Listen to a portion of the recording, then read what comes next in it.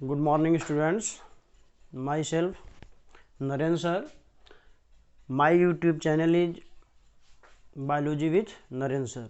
तो स्टूडेंट्स, इसके पहले हमने मेल रिप्रोडक्टिव सिस्टम और फीमेल रिप्रोडक्टिव सिस्टम आपको बताया था। ये क्लास 12th स्टैंडर्ड बायोलॉजी है। इसमें आज हम आपको पढ़ाएंगे menstrual cycle, the female reproductive cycle. Female reproductive cycle होता क्या है, इसके विषय में हम आज आपको डायाग्रामेटिकली ये रिप्रेजेंटेशन करके दिखाएंगे कि विच पार्ट्स और which types of parts of the reproductive organ participate in the reproductive cycle. तो कौन से ऐसे रिप्रोडक्टिव पार्ट्स हैं, बॉडी के कौन से ऐसे फीमेल रिप्रोडक्टिव पार्ट्स हैं जो रिप्रोडक्शन में, वो एग फार्मेशन में या एग रिलीजन में पार्टिसिपेट करते हैं। तो अब साइकिल की बात अगर करते हैं तो reproductive cycle is of two type, the menstrual cycle and the estrus cycle. तो स्टूडेंट, जो मेंस्ट्रुअल साइकिल होता है, मेंस्ट्रुअल साइकिल ये प्राइमेट्स में होता है, like monkey, apes and human being. इसके अलावा जो एस्ट्रस साइकिल होता है या हीट पीरियड होता है, वो एस्ट्रस साइकिल नॉन प्राइमेट्स में होता है। मीन्स अगर हम एप्स को, मंकी को और ह्यूमन बीइंग को अलग कर दें तो उसके अलावा जितने भी नॉन प्राइमेट्स हैं उन सब में क्या होता है, एस्ट्रस साइकिल होता है। तो आज हम ह्यूमन बीइंग में पढ़ेंगे किस प्रकार से मेंस्ट्रुअल साइकिल होता है। तो the reproductive cycle in human female is known as menstrual cycle. Human being में जो रिप्रोडक्टिव साइकिल होता है इसे हम मेंस्ट्रुअल साइकिल कहते हैं। क्या कहते हैं? Menstrual cycle. तो मेंस्ट्रुअल साइकिल में क्या इवेंट्स होते हैं, what happen in menstrual cycle. तो in this diagram we know that participation of uterine events, ovarian hormone level. Ovarian events means what happened in the ovary, how ovum is released, and next the pituitary hormone level. तो इसमें हम बात करेंगे pituitary gland से कौन से hormone निकलते हैं, कब किनका क्या यूटिलाइजेशन होता है, क्या लेवल्स होते हैं, ओवरी में किस प्रकार ओवम का फॉर्मेशन होता है, ओवेरियन हार्मोन्स का क्या लेवल है, उसका क्या इम्पैक्ट यूटेरस पर पड़ता है, यूटेराइन का एंडोमेट्रियम वॉल क्या करता है, and this cycle is completed in how many days.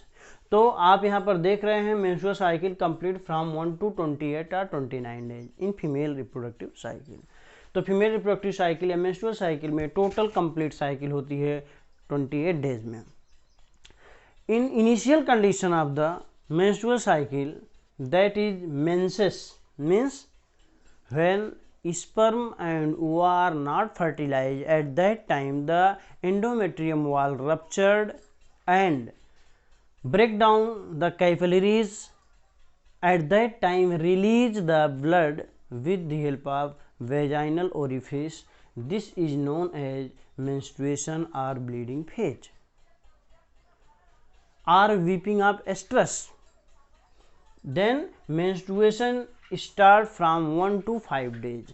तो ये जो मेंस्ट्रुएशन होता है स्टूडेंट्स, ब्लीडिंग फेज होता है ये फीमेल में 1 to 5 डेज में कंप्लीट होता है। At the time of menstruation the ruptured of the endometrium wall of the uterus, and at that time initiation of the estrogen and progesterone that are release from the ovary, that are called ovarian hormones, as well as the pituitary gland release the follicular stimulating hormone and luteinizing hormone. After 5 days, the formation of endometrium wall start with the help of ovarian hormone, and the ovary release ovarian hormone with influence of the FSH and LH, means follicular stimulating hormone and luteinizing hormone. So when the pituitary hormones released from pituitary gland that are called FSH and LH, both are released from the anterior hypophysis of the pituitary. FSH and LH trigger to stimulate the ovary, and ovary start to the developing of the follicle. तो ovary में follicle का development शुरू हो जाता है through influence of FSH and LH. Then from 7 to 15 days continuous the formation of uterine endometrium wall as well as ovarian hormones released like estrogen and progesterone. They directly impact on the uterine wall, and follicular stimulating hormone means FSH stimulate the formation of follicle in ovary and mature of the follicle. Ruptured in middle period of the menstrual cycle, that is called 14 days, that is known as follicular phase. Now follicular phase is also known as proliferative phase. In this phase the complete maturation takes place in the ovary and ova released out. Ova is released from mature follicle, Graafian follicle. ये Graafian follicle से ruptured होने के बाद release होता है. At the time of religion the level of LH is very high, that is known as luteinizing surge. LH surge कहलाता है.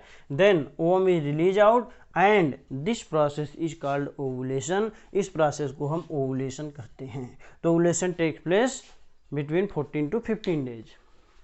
And at that time the peak position containing the luteinizing hormone as well as FSH follicular stimulating hormones also at the time of ovulation. And the ovarian hormone estrogen is also increased.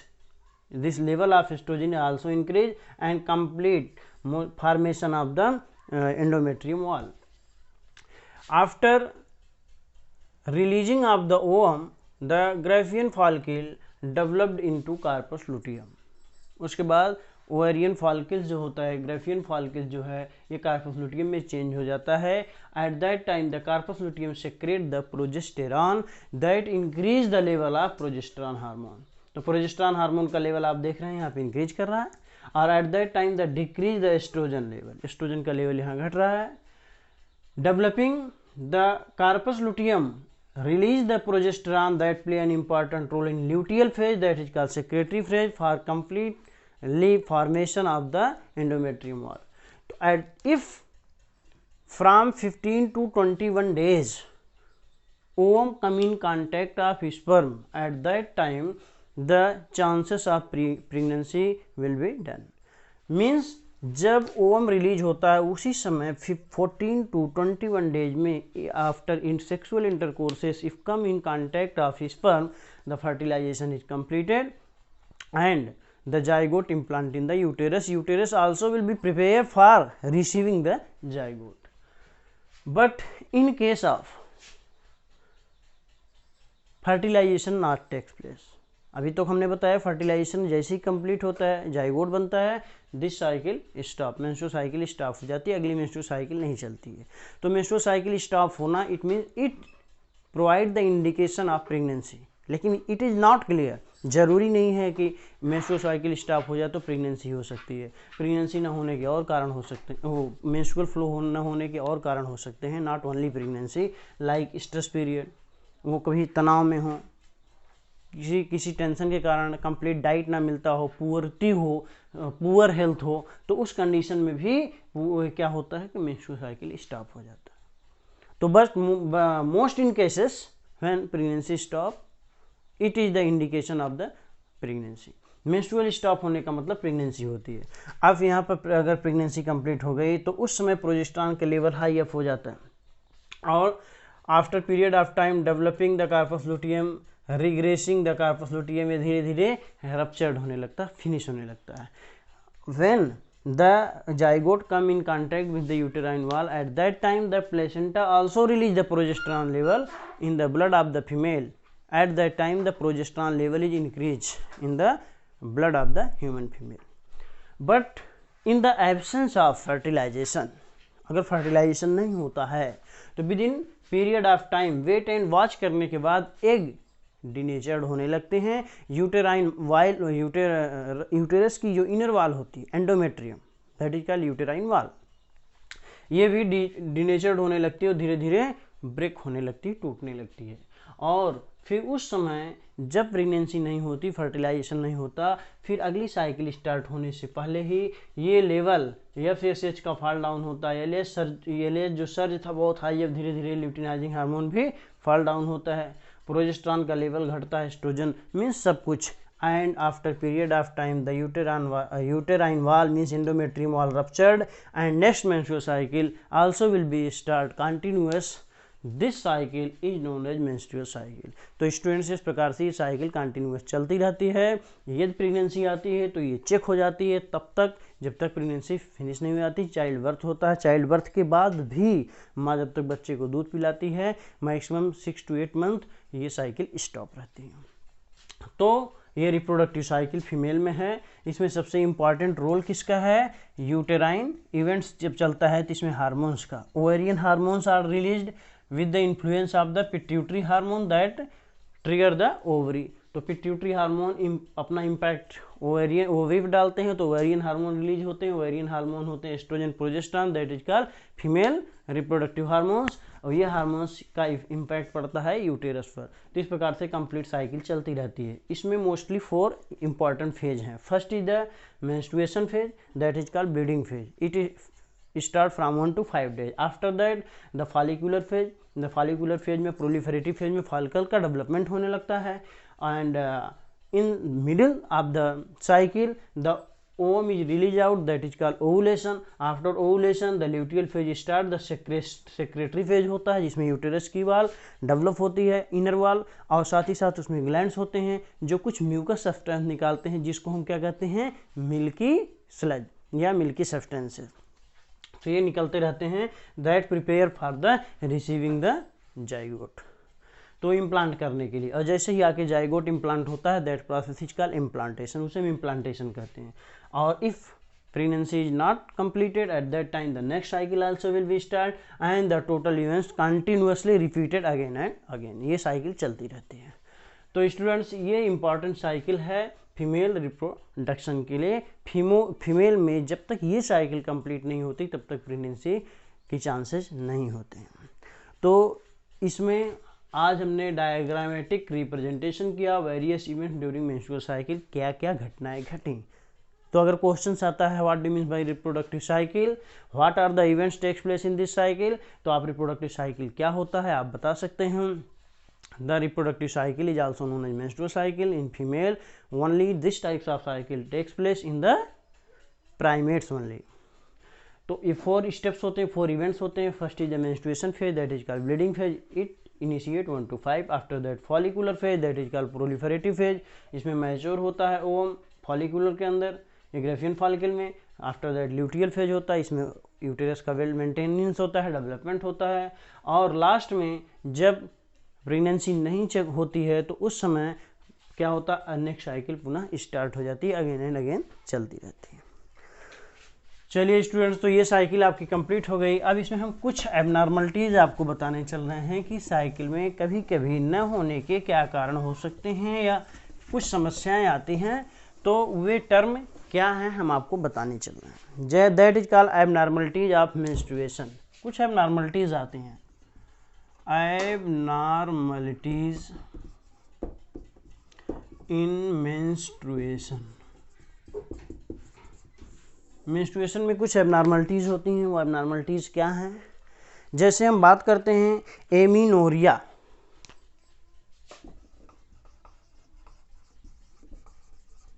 एक term है एमीनोरिया। तो students एमीनोरिया क्या है? Amenorrhea is the process in which the absence of menstrual cycle in female। ये absent हो, अगर किसी female में मेंस्ट्रुअल साइकिल एब्सेंट होता है तो इस कंडीशन को एमीनोरिया कहते हैं।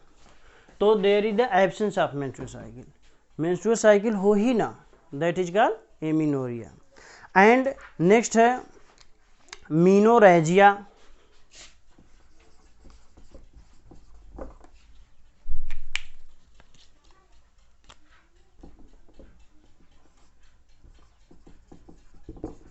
ये क्या है? मीनोरेजिया।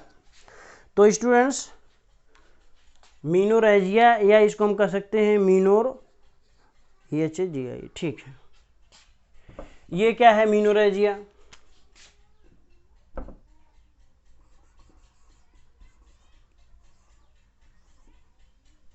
MENORRHAGIA। ये है क्या, इसको समझिए का प्रयास करिए, क्योंकि नीट में ये क्वेश्चन कई बार आए, हमने अभी देखा था। तो ये एक टर्म पूछा था, एमिनोरिया क्या होता है, फिर मीनोरेजिया क्या है। तो जब तक इस टर्म को आप नहीं जानेंगे तो ऐसे क्वेश्चन गलत होते रहते हैं। तो पहला एब्सेंस ऑफ मेंस्ट्रुअल साइकिल, इसे बोलते हैं एनिमोरिया। तो एमिनोरिया क्या है, जब पूछा जाए तब आप बताएंगे साइकिल ये एब्सेंट होती है एमिनोरिया में। सेकंड है menorrhagia. If excessive bleeding takes place during menstrual cycle, excessive bleeding takes place during menstrual cycle, अगर मेंस्ट्रुअल साइकिल के समय ज़्यादा ब्लीडिंग हो रही है तो इसे मीनोरेजिया बोलते हैं। क्या बोलते हैं? मीनोरेजिया। तो मीनोरेजिया और एमिनोरिया में पहला डिफरेंस हमने ये बताया, इसमें साइकिल चलती ही नहीं, एब्सेंस ऑफ मेंस्ट्रुअल साइकिल। इसमें क्या होता है, मेंस्ट्रुअल साइकिल तो चलती है लेकिन ब्लीडिंग ज़्यादा होता है। नेक्स्ट है पॉलीमिनोरिया।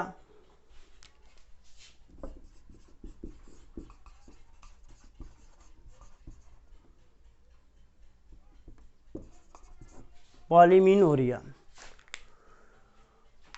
अब देखिए स्टूडेंट, पॉलीमिनोरिया क्या है, ध्यान से आप समझिएगा, बहुत ही कंसंट्रेट होके तभी आपको समझ में आएगा कि पॉलीमिनोरिया क्या होता है। तो पॉलीमिनोरिया की बात करते हैं।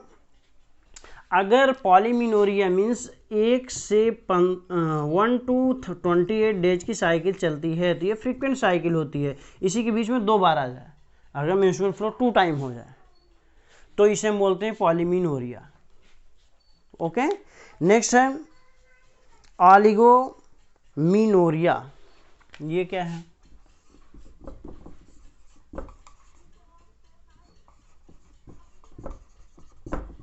ऑलिगोमिनोरिया, ऑलिगोमिनोरिया में क्या होता है, during menstrual cycle very little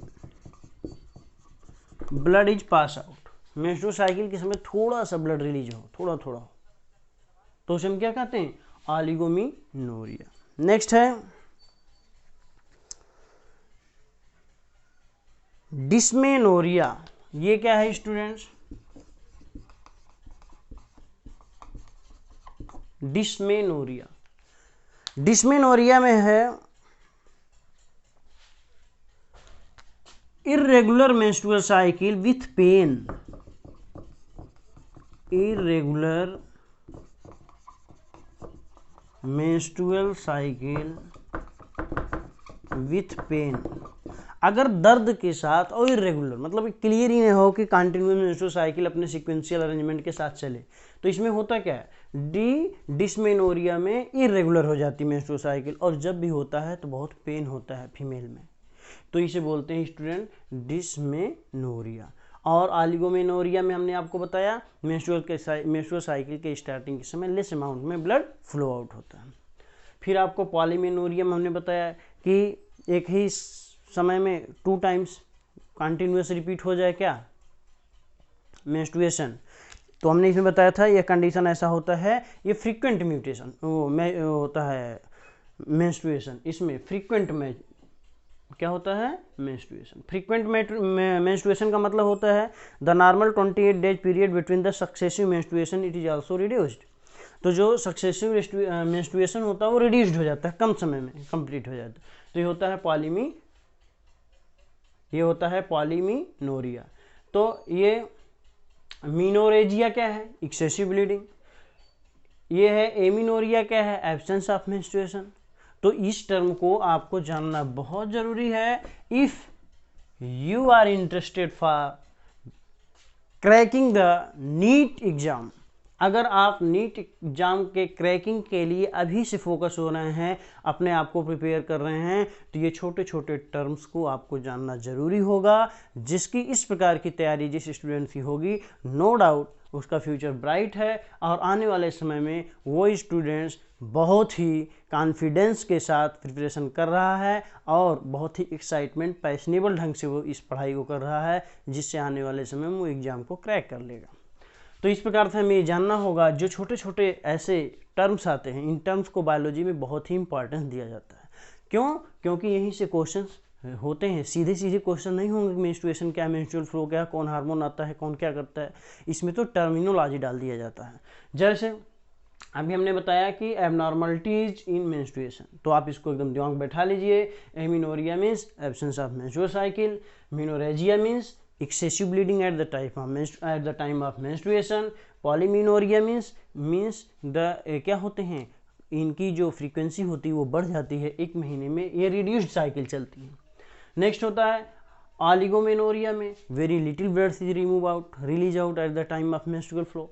next होता है डिस्मिनोरिया, तो ये डिस्मेनोरिया का मतलब होता है irregulation of menstrual cycle and as well as it create pain in female, तो मेंस्ट्रुअल साइकिल के समय पेन भी होता है और साइकिल इरेगुलर हो जाती है, इस साइकिल को हम डिस्मेनोरिया कहते हैं। तो स्टूडेंट्स इस प्रकार से ये इसमें क्या होते हैं, एबनॉर्मलिटीज होते हैं मेंस्ट्रुअल साइकिल।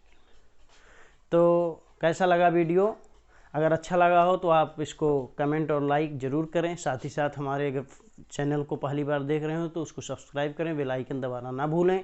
और ऐसे ही मैं प्रयास करके और थोड़ा सा एफर्ट्स करके अच्छे वीडियो डालने का और प्रयास करूँगा। और साथ ही साथ अब अगले वीडियो में स्टूडेंट्स हम आपको बताएंगे गैमेटोजेनेसिस क्या होता है, how and when where why the gametes are formed. तो गैमेटोजेनेसिस में हम स्पर्मेटोजेनेसिस और oogenesis का एक्सप्लेनेशन देंगे और विथ डायग्राम। तब तक के लिए thank you, best of luck.